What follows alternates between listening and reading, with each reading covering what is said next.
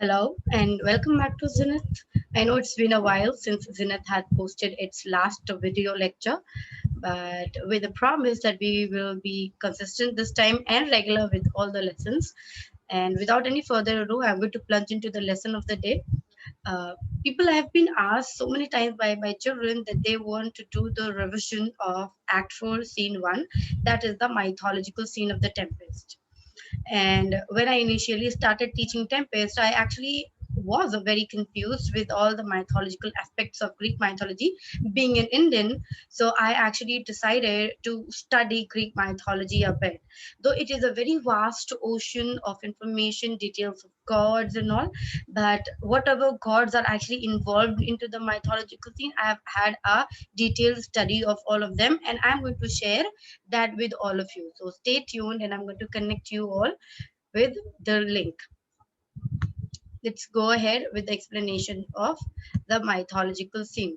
So in Act 4, Scene 1, children, starting, we actually did a lot of discussion already in the classroom. Then what is it all about, and what gods, and what is Cirrus up to, and who exactly is Cirrus. So today, let us study and let us involve and reconnect with our Act 4 mythological scene. Now, in the beginning of Act 4, we got to know that there is a main character named Ceres, and she's been invited down from heaven on earth by Iris. Right? So, let us talk about each of these gods and their involvement into the scene. Once the PPT opens, in meantime, the PPT actually gets open, I would really like to ask you all that I hope you all are doing well, you all are safe, sound, and I will pray that everyone in your family stays safe, but confine yourself into that little room of yours and just keep studying. Okay, so here we begin. We are going to study the mythological scene of Act 4, the Tempest. So when we actually continue with this, we actually get to know a lot about. So first of all, let us discuss.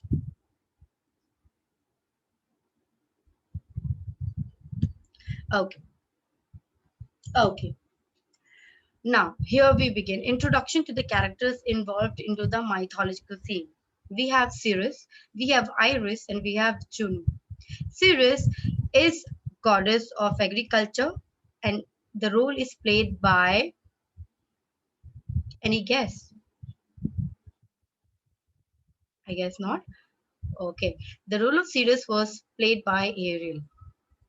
Right after the mythological scene, when Prosper loses the cool and when he starts yelling and he finishes the mass, all of a sudden Ariel comes up and he discloses that while I was acting as Ceres, right, I thought of coming and telling it to you, but I decided not to plunge, not to disclose the secret of that was hatched by your enemies in front of you, because I never wanted to spoil the mood of yours, right? So that is something else. When we actually do the Act 4 entirely, we will go through that, but right now we are into the mythological scene, so let's be talking about the mythology only. So Ceres was played by Ariel, and Iris, goddess of rainbow, Juno, goddess of rain.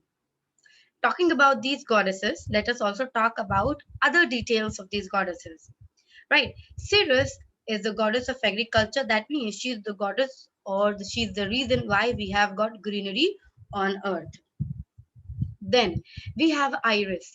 Iris is the goddess of rainbow, and Juno, goddess of rain. So if we connect Iris and Juno, I hope you probably can connect to the relationship. Why? Because Juno is the supreme goddess, the wife of Jupiter, and also the goddess of rain. She has got a messenger. The messenger's name is Iris. And to bring you back into the nostalgia of rain, I would really like to talk to you all and tell you all about what exactly happens. See the little detail. What do we experience right after the rain? And that is actually cherished by all of us.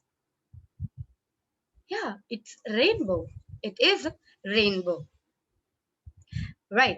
So I hope now you know who these goddesses are. Yeah. And what reigns under them. Now, the next slide is about Ops and Saturn. Ops and Saturn are really are the gods in Greek mythology, and they have had three children, namely Jupiter, Ceres, and Pluto. Jupiter is the eldest brother in the family, Ceres is the sister, and Pluto is the youngest brother. Right? Let's repeat the family trilogy again. Ops and Saturn had a child. Their name, the names of the children are Jupiter, the supreme god, and Jupiter is the husband of Juno, the goddess we have already discussed in the previous slide. Then comes Ceres, the goddess of agriculture, and then comes Pluto, the third child in the family. Now there we go. Jupiter had two kids, and that's not very essential. We don't need to mention the names of that, and I don't want to confuse you all with the names of so many other gods. So let us not talk about them right now. Then comes Ceres. Ceres has a daughter named Proserpine. Then comes Pluto. Pluto is unmarried and has got no illegitimate child. Why am I emphasizing on this? Because children, the mythology also says that Pluto has had some children before he married Proserpine, but those children were not legitimate. So he had some relationships previously from which he had some children, right? But again, that's not important. What important for us right now is that Ceres had a daughter and her name is Proserpine, whom we also namely call Proserpina. Then comes the next slide, in which we learn about the other family, that is Mars, Venus, and Cupid. Now it is love family. It is a love family. Why are we calling it a love family? Because Mars is the god of war, Venus is the goddess of beauty and love, and then comes Cupid, the god of love. Right? And I hope all of us out here know who exactly Cupid is, being an Indian as well. Okay, so here this goes again. I'm repeating myself again. Mars is the god of war, Venus is the goddess of beauty and love, and then comes Cupid, the god of love. Now, why are we discussing about them? What is their role? Let us talk about that also. Right. Now, it was said that Proserpine was so madly in love with her uncle Pluto that she proposed to elope away. Now, eloping away was again a very different thing in the eyes of Ceres, because Ceres believed that Proserpine cannot elope away and leave her in between, because she has got a blind faith in her. Rather, she opted to believe that Pluto abducted her only daughter Proserpine. Now, Proserpine is not only important for Ceres as a daughter, but also she's very, very essential, because Proserpine was a goddess of spring season. And Ceres, being the goddess of agriculture, knew that Proserpine actually completes the season, completes the circle. Right, because right before spring season, when the earth experiences autumn, and if there is no Proserpine involved with the goddess of greenery, maybe earth will never experience the greenery again, because there is no suitable season for the flowers and the trees and the shrubs to flourish their greeneries all over again. Right, so that is why Ceres was really important for the world to know. Now, again, one more thing that I really want you all to know, though it's not a part of the discussion right now, but I really want you all to know that what exactly Greek mythology believes. They believe that any god who's preyed on earth the most holds the supreme power in heaven. For example, Jupiter and Juno are the supreme gods and goddess. Right, god and goddess, sorry. That means they are the god and the goddess who prayed the most on the earth, right? And goddess of agriculture, that is Ceres, she is also prayed quite a lot, and she also holds a very strong position in heaven. Why? Because we humans need greenery, not only for food but also for shelter, also for clothing, also to survive, also for the air to generate, and also for the water, for the rainfall. That means trees are important for all the three important things that important actually that a human being actually requires to survive. Right, now coming to this, now the story, the mythology that we will be studying in Act 4 Scene 1 also talks about that Ceres hates, absolutely detests both her brothers. Her brothers, let's talk about why. Jupiter, the elder brother, she hates him because Jupiter gave his consent to the illegitimate wedding of Proserpine and Pluto. Talking about Pluto and Proserpine, both are uncle and niece in a relationship. They share the bond of an uncle and a niece, and they fell in love. Of course, that becomes an illegitimate relationship in the religion. So, what it talks about? Ceres hates Jupiter. She hates Jupiter because when Proserpine and Pluto decided to elope away, they wanted a blessing from someone elder in the family. For that, they chose Jupiter. So when they came to Jupiter, Jupiter, after some persuasion, agreed and gave his consent. Pluto. Pluto, because she believed that Pluto has abducted her only daughter Proserpine. But the reality was that it was not at all an abduction, but it was a mutual agreement of elopement because Proserpine actually eloped away. She ran away in order to get married. She hates Mars. I told you she hates the love family. Now let us talk about why she hates Mars. She hates Mars because Mars is the god of war, and he could have stopped the ongoing Cold War among the siblings if he wanted. Because being the god of war, he had the power over any warship, but he did not indulge himself into that kind of things. Then comes the next slide. That is Venus. Now, Ceres hates Venus because she is the goddess of beauty and love. Beauty that also stood as a hindrance into the relationship, into the uh, very strong bond of the mother and the daughter here, because Proserpine was considered to be one of the most beautiful goddesses in heaven. Now, Ceres hates Venus for that because Venus made Proserpine that beautiful that every god in heaven wanted to marry and settle down with her, right? And why would any mother want a daughter to have so many suits when she does not want her daughter to leave her because she completes her. The goddess of agriculture is completed by her daughter, the goddess of spring season. So she never wanted Proserpine to go away from her. Then comes Cupid. Now Cupid, because he is the blind of god of love, and and because of him, Proserpine and Pluto fell in love at first place. That is why she believed him to be the ultimate villain of the family's alma mater. Right? So we know now why Ceres hates both her brothers and then the love family. Let's take a quick fix revision of that. She hates both her brother, namely the elder, Jupiter, because Jupiter gave his consent to the wedding. Pluto, because she believed that Pluto abducted her daughter, Proserpine. Then comes to the hatred falls into the love family, that is to Mars, Venus, and Cupid. She hates Mars because Mars is the god of war, and because of him, the siblings were constantly fighting. They were in a constant argument. Then she hates Venus because Venus is the goddess of beauty and love, and because of her, Proserpine was created so beautifully. That's why every god in heaven wanted to marry her.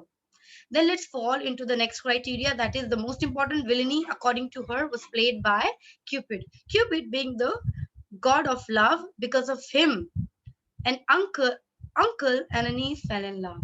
That is Proserpine and Pluto in the first place fell in love, which they were not supposed to because they share a very different relationship. And that relationship made the other relationship that actually eventually grew among them was illegitimate. Then comes the love story between Pluto and Proserpine. We also call her Proserpina, as I've told you earlier, considered as an illegitimate relationship because they were uncle and a niece, as Ceres is the mother of Proserpine or Proserpina and sister of Pluto.